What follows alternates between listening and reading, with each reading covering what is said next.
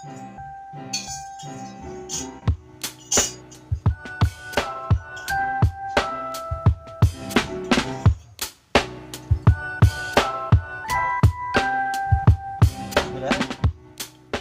नि खाना नखाने?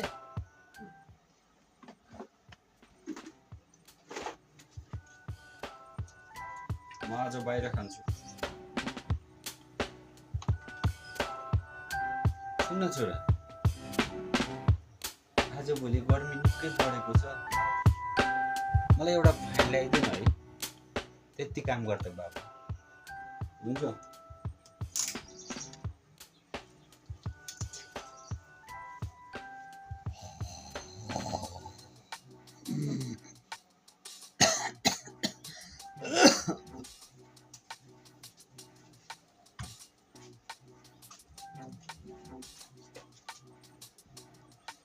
होइन बाउ, कहाँ सुतिरहेको? यसरी दिउँसो सुत्यो भने त अल्छी भइहाल्छ नि। एक डोको घाँस काट्नु अल्छी भएको छ हौ बाउ। छोरा त आइस अनि खोइ त बाबु पङ्खा ल्याएको। तँलाई मैले फाइन लिएर आइछु भनेको होइन, खोइ त।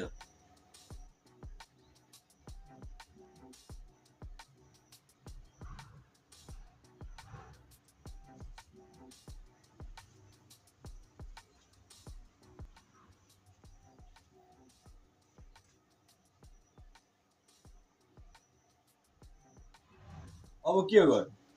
अर्को फ्यान लायो भने लाइन गयो भने काम छैन। यो त जतिखेर पनि चलाउनु मिल्यो, जहाँ पनि लानु मिल्यो। बुढाबुढी मान्छेलाई सुरक्षित यही छ। ल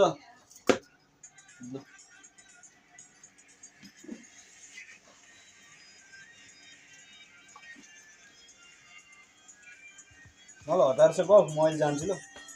नातिले फोन गरेछ। कस्तो नउठेको यार, ठाडो यार। बाबु भन त। भन त। ए त घुम्न जान लागेको साथीहरूसँग 10,000 हालिदिइसकेको छु मैले। खातामा हेर, पुगेन भने भन, फेरि हालिदिन्छु ल।